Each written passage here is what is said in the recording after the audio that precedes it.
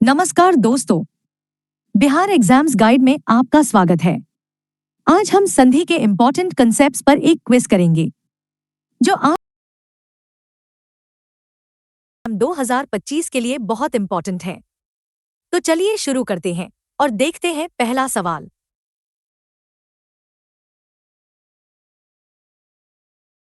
सबसे पहले संधि की परिभाषा से जुड़ा एक बुनियादी सवाल देखते हैं। व्याकरण में दो निकटवर्ती वर्णों के मेल से होने वाले परिवर्तन को क्या कहते हैं? ऑप्शन ए, समास, ऑप्शन बी, संधि, ऑप्शन सी, अलंकार, ऑप्शन डी।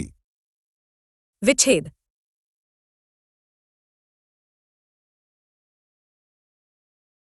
सही जवाब है ऑप्शन बी, संधि। दोस्तों, संधि शब्द का मतलब ही होता है मेल या जोड़। जब दो अक्षर या वर्ण पास आकर मिलते हैं और उनसे एक नया बदलाव या विकार पैदा होता है, उसी को हम संधि कहते हैं। जैसे देव प्लस आलय मिलकर देवालय बनता है, यहाँ अ और आ का मेल हुआ। सीधे शब्दों में कहें, संधि वर्णों का मेल है, शब्दों का नहीं। अब देखते हैं संधि विच्छेद किसे कहते हैं। अगर वर्णों को जोड़ना संधि है तो उन्हें अलग करने को क्या कहते हैं? संधि युक्त वर्णों को वापस उनकी मूल स्थिति में लाने की प्रक्रिया क्या कहलाती है? ऑप्शन ए, संयोजन, ऑप्शन बी, समास विग्रह, ऑप्शन सी, संधि विच्छेद। Option D. वर्ण विश्लेषण।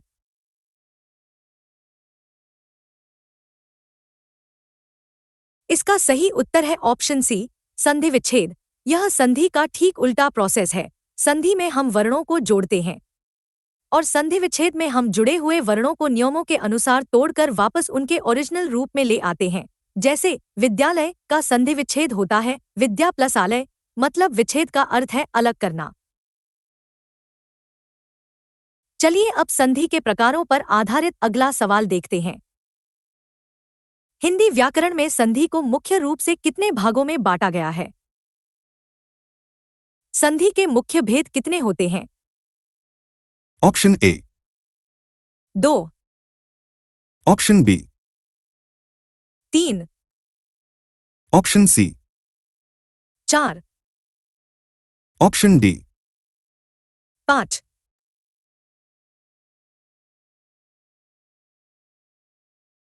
सही जवाब है ऑप्शन बी, 3। याद रखिएगा दोस्तों, संधि के केवल 3 ही मुख्य प्रकार हैं। पहला है स्वर संधि, जिसमें 2 स्वरों का मेल होता है। दूसरा है व्यंजन संधि, जहां व्यंजन का मेल स्वर या व्यंजन से होता है। और तीसरा है विसर्ग संधि, जिसमें विसर्ग के बाद स्वर या व्यंजन आता है। मतलब ये वर्गीकरण मिलने वाले वर्णों की प्रकृति पर आधारित है। अगले चैप्टर में हम स्वर संधि के भेदों पर चर्चा करेंगे।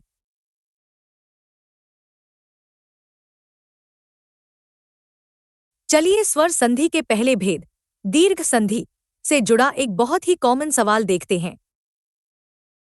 विद्यालय शब्द का सही संधि विच्छेद क्या है? ऑप्शन ए, वि प्लस द्यालय, ऑप्शन बी, विद्या प्लस आलय, ऑप्शन सी, विद्या प्लस आलय, ऑप्शन डी। विद्या प्लस लय।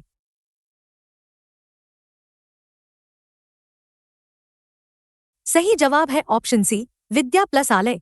यहाँ दीर्घ संधि का नियम लग रहा है। जब 2 सजातीय स्वर, मतलब एक जैसे स्वर, पास आते हैं तो मिलकर दीर्घ हो जाते हैं। विद्या का आ और आलय का आ मिलकर आ ही बना, इसीलिए शब्द बना विद्यालय। सीधे शब्दों में कहें, समान स्वरों का मेल ही दीर्घ संधि है।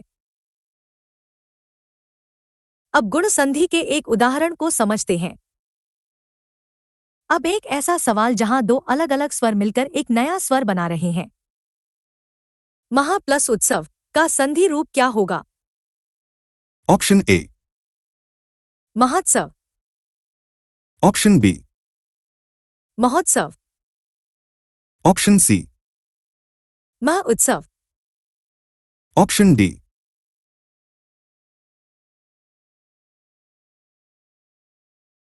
इसका सही उत्तर है ऑप्शन बी, महोत्सव। दोस्तों, ये गुण संधि है।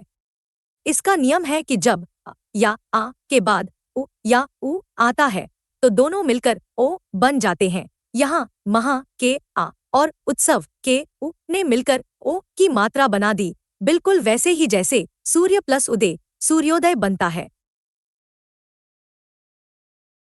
चलिए अब वृद्धि संधि के एक सवाल की ओर बढ़ते हैं।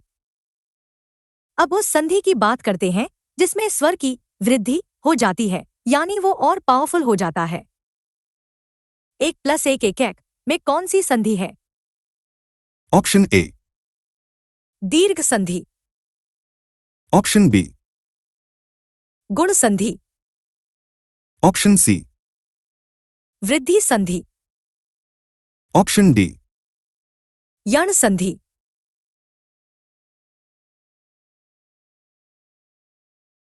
सही जवाब है ऑप्शन सी, वृद्धि संधि। इसका नियम बहुत सिंपल है। जब अ या आ के बाद ए या ए आता है तो हमेशा ए बनता है, और अगर ओ या औ आता है तो हमेशा ओ बनता है। यहाँ एक के अ और एक के ए ने मिलकर ए बनाया, जिससे बना एकैक, मतलब स्वर में वृद्धि हो गई। अब यण संधि का एक मजेदार उदाहरण देखते हैं। चलिए अब एक ऐसे शब्द को देखते हैं जिसमें व की ध्वनि छिपी हुई है। सु प्लस आगत के मेल से कौन सा शब्द बनता है? ऑप्शन ए। स्वागत, ऑप्शन बी। स्वागत, ऑप्शन सी।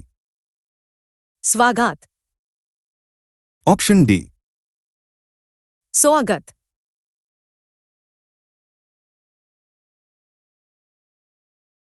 इसका सही उत्तर है ऑप्शन बी, स्वागत। ये यण संधि का क्लासिक एग्जाम्पल है। नियम कहता है कि जब उ या उ के बाद कोई दूसरा स्वर आता है तो उ या उ का व बन जाता है। यहाँ सु के उ का व बन गया और आगत का आ उसमें जुड़ गया, जिससे बना स्वागत। अब स्वर संधि के अंतिम भेद, अयादि संधि, का एक सवाल। और अब स्वर संधि का आखिरी प्रकार, जिसमें अय या आय जैसी ध्वनियां बनती हैं। नयन शब्द का सही संधि विच्छेद कौन सा है? ऑप्शन ए। न प्लस यन, ऑप्शन बी। ने प्लस अन, ऑप्शन सी। न प्लस अन, ऑप्शन डी। नय प्लस न।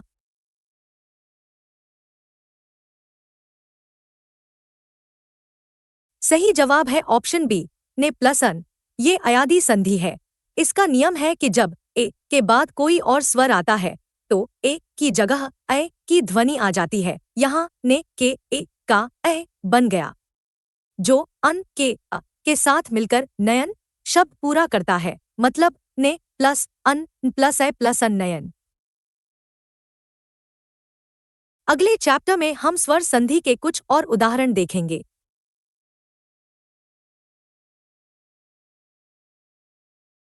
चलिए दीर्घ संधि का एक और उदाहरण देखते हैं, जहां दो छोटी मात्राएं मिलकर एक बड़ी मात्रा बनाती हैं। रवि प्लस इंद्र की संधि करने पर कौन सा शब्द बनेगा? Option A. रवेंद्र, ऑप्शन बी। रवींद्र, ऑप्शन सी। रवींद्र, ऑप्शन डी।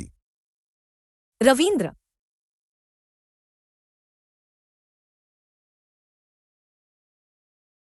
सही जवाब है ऑप्शन बी, रवींद्र। यहां भी दीर्घ संधि का नियम काम कर रहा है दोस्तों।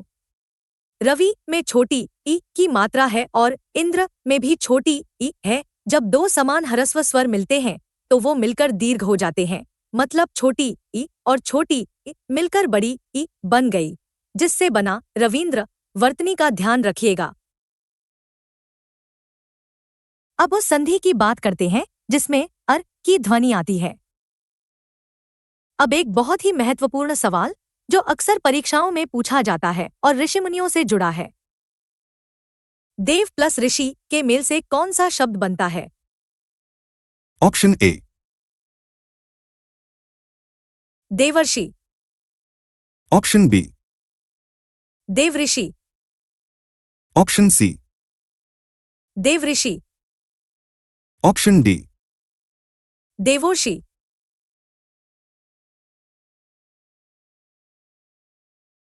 इसका सही उत्तर है ऑप्शन ए, देवर्षि। यह गुण संधि का एक स्पेशल केस है। नियम कहता है कि जब अ या आ के बाद री आता है तो दोनों मिलकर अर की ध्वनि बनाते हैं। यहाँ देव के अ और ऋषि के री ने मिलकर अर बनाया, जो वह के ऊपर के रूप में लगता है, इसलिए बना देवर्षि। चलिए यण संधि का एक और प्रसिद्ध उदाहरण देखते हैं। अब एक बहुत कॉमन शब्द देखते हैं जिसे हम वगैरह की जगह इस्तेमाल करते हैं। इसमें कौन सी संधि है? इति प्लस आदि की संधि क्या होगी? ऑप्शन ए, इति आदि, ऑप्शन बी, इतादि, ऑप्शन सी, इत्यादि, ऑप्शन डी। इत्यादि।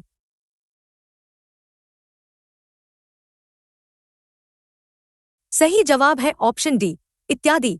यह यण संधि का एक और बेहतरीन उदाहरण है। नियम याद कीजिए, जब ई या ई के बाद कोई अलग स्वर आता है तो ई का ई बन जाता है। यहाँ इति की छोटी ई का ई बना और आदि का आ उसमें जुड़ गया, जिससे या बना और आधा रह गया तो बना इत्यादि। अब अयादि संधि के उस उदाहरण पर चलते हैं जिससे आग पैदा होती है। चलिए अब अयादि संधि का वो शब्द देखते हैं जिसका अर्थ अग्नि होता है। पावक शब्द का सही संधि विच्छेद क्या है? ऑप्शन ए, पा प्लस आवक, ऑप्शन बी, पाव प्लस अक, ऑप्शन सी, पो प्लस अक, ऑप्शन डी। पौ प्लस अक।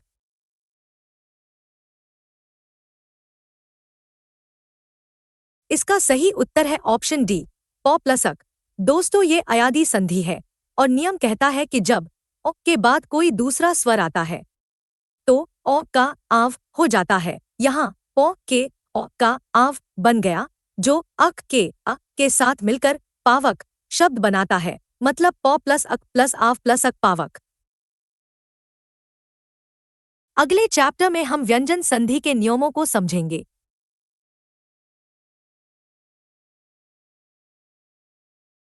अब स्वर संधि से आगे बढ़कर व्यंजन संधि को समझते हैं। पहला सवाल के में बदलने से जुड़ा है। दिक प्लस गज की संधि करने पर कौन सा शब्द बनेगा? ऑप्शन ए, दिग्गज, ऑप्शन बी, दिग्गज, ऑप्शन सी, दिग्गज, ऑप्शन डी। दिग्गज।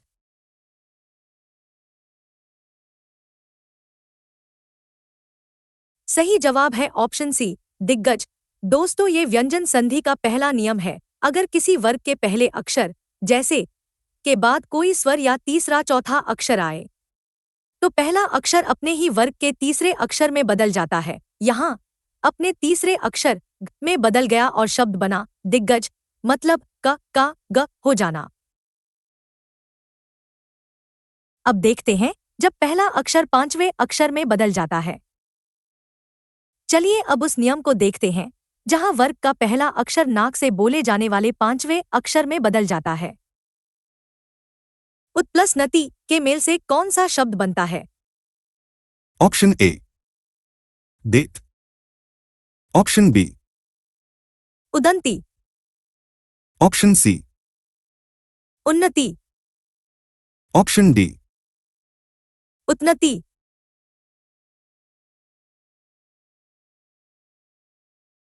इसका सही उत्तर है ऑप्शन सी, उन्नति। यह भी व्यंजन संधि का एक जरूरी नियम है। जब किसी वर्ग के पहले अक्षर का मेल किसी अनुनासिक यानी न या म से होता है तो वो पहला अक्षर अपने ही वर्ग के 5वें अक्षर में बदल जाता है। यहाँ का 5वां अक्षर होता है तो न में बदल गया और बना उन्नति। अब से जुड़ा एक बहुत ही प्रसिद्ध उदाहरण देखते हैं। यह शब्द बहुत ही आम है और संधि का एक बेहतरीन उदाहरण भी है। ध्यान से उत्तर दीजिएगा। सज्जन का सही संधि विच्छेद क्या है? Option A. सच प्लस जन। Option B. सच प्लस जन। Option C. सत प्लस जन। Option D. सब प्लस जन।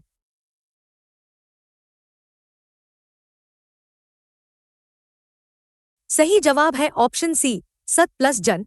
यह संबंधी नियम का उदाहरण है। नियम यह है कि अगर के बाद ज या ज आए तो भी में बदल जाता है। यहाँ सत के बाद जन का ज आया तो भी आधे में बदल गया, जिससे बना सज्जन, मतलब एक अच्छा आदमी।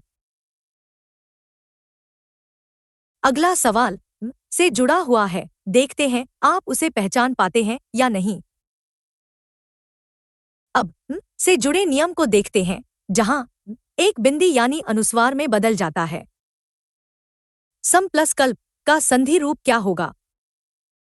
Option A. समकल्प। Option B. संकल्प। Option C. संकल्प। Option D.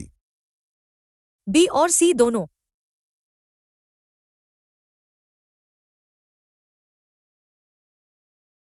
सही जवाब है ऑप्शन डी, बी और सी दोनों। यहाँ संबंधी नियम है जो कहता है कि के बाद क से म तक कोई भी व्यंजन आए तो अनुस्वार यानी ऊपर लगने वाली बिंदी में बदल जाता है, तो बना संकल्प। लेकिन इसे पारंपरिक रूप से के बाद आने वाले व्यंजन के 5वें अक्षर में भी बदला जा सकता है। क का 5वां अक्षर होता है, इसलिए संकल्प भी सही है। लेकिन आजकल संकल्प ज्यादा प्रचलित है। व्यंजन संधि का आखिरी सवाल देखते हैं, जो बहुत महत्वपूर्ण है। चलिए व्यंजन संधि का एक और उदाहरण देखते हैं, जिसमें का परिवर्तन हो रहा है। जगदीश शब्द का सही संधि विच्छेद क्या है? Option A. जगदी प्लस श। Option B. जग प्लस दीश। Option C. जगत प्लस ईश। Option D. जगत प्लस ईश।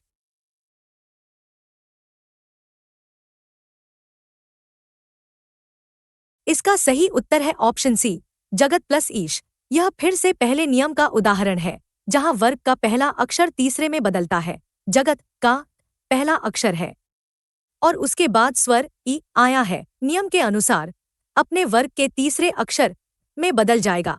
में ई की मात्रा जुड़ने से दी बना और शब्द बना जगदीश, यानी जगत का ईश्वर।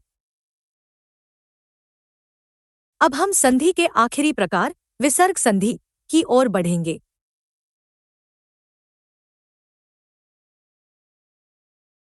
चलिए संधि के अंतिम प्रकार विसर्ग संधि को समझते हैं। पहला सवाल मनोरथ शब्द से जुड़ा है। मनोरथ का सही संधि विच्छेद क्या है? Option A. मनो प्लस रथ। Option B. मना प्लस रथ। Option C. मन प्लस ओरथ। Option D. मनर प्लस अथ।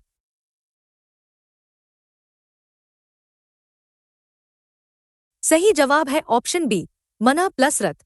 दोस्तों, ये विसर्ग संधि का बहुत ही कॉमन नियम है। यदि विसर्ग के पहले हो और बाद में कुछ खास व्यंजन जैसे र आए तो विसर्ग ओ में बदल जाता है। यहाँ मनः के विसर्ग का ओ बन गया और शब्द बना मनोरथ, मतलब मन का रथ। अब देखते हैं विसर्ग में कब बदलता है। अब विसर्ग संधि का वो नियम देखते हैं जिसमें विसर्ग आधे र यानी में बदल जाता है। न्या प्लस आशा की संधि करने पर कौन सा शब्द बनेगा? Option A. न्याशा। Option B. निराशा, Option C. निहाशा, Option D. निशाशा।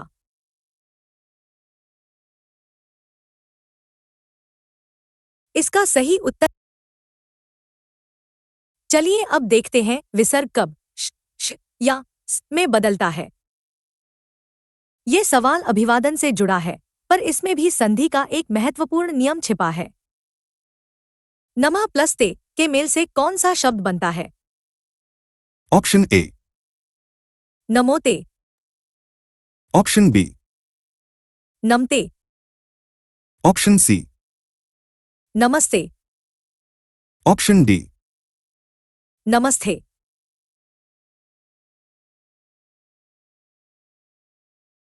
सही जवाब है ऑप्शन सी, नमस्ते।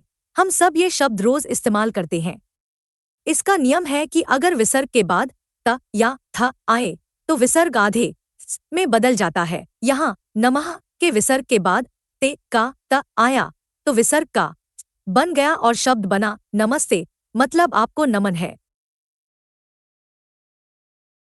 अब एक बहुत ही ट्रिकी सवाल, जहां विसर्ग गायब हो जाता है। वर्तनी की दृष्टि से यह सवाल बहुत महत्वपूर्ण है, ध्यान से उत्तर दीजिएगा। निह प्लस रोग की सही संधि क्या है?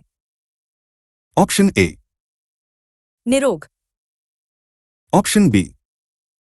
निहरोग, Option C. नीरोग, Option D. नैरोग।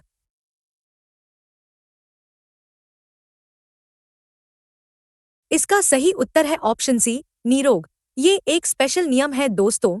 अगर विसर्ग के बाद र आता है तो विसर्ग का लोप हो जाता है, यानी वो गायब हो जाता है और उससे पहले का छोटा स्वर बड़ा हो जाता है। यहाँ निह का विसर्ग हट गया और छोटी ई की मात्रा बड़ी ई में बदल गई, जिससे सही शब्द बना नीरोग। निरोग लिखना गलत है। चलिए विसर्ग संधि का एक आखिरी उदाहरण देखते हैं। विसर्ग संधि का एक और उदाहरण, जहां विसर्ग श में बदल रहा है। न्यः प्लस चल के मेल से कौन सा शब्द बनता है? Option A. Nishchal, Option B.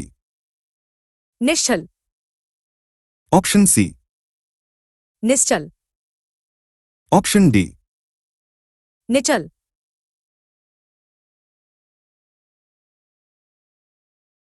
सही जवाब है ऑप्शन ए, निश्चल। यह उसी नियम का हिस्सा है जो हमने नमस्ते में देखा था। नियम कहता है कि यदि विसर्ग के बाद च या छ आए तो विसर्ग का शलगम वाला श हो जाता है। यहाँ निह के बाद चल आया, इसलिए विसर्ग आधे श में बदल गया और शब्द बना निश्चल, मतलब जो चलता नहीं, स्थिर है। ये थे संधि के कुछ महत्वपूर्ण सवाल। तो दोस्तों, ये थे संधि के सबसे इंपॉर्टेंट क्वेश्चंस। अगर ये क्विज हेल्पफुल लगा हो तो वीडियो को लाइक करें, शेयर करें और बिहार एग्जाम्स गाइड को सब्सक्राइब करना न भूलें। मिलते हैं अगले वीडियो में नए सवालों और नए कॉन्सेप्ट्स के साथ।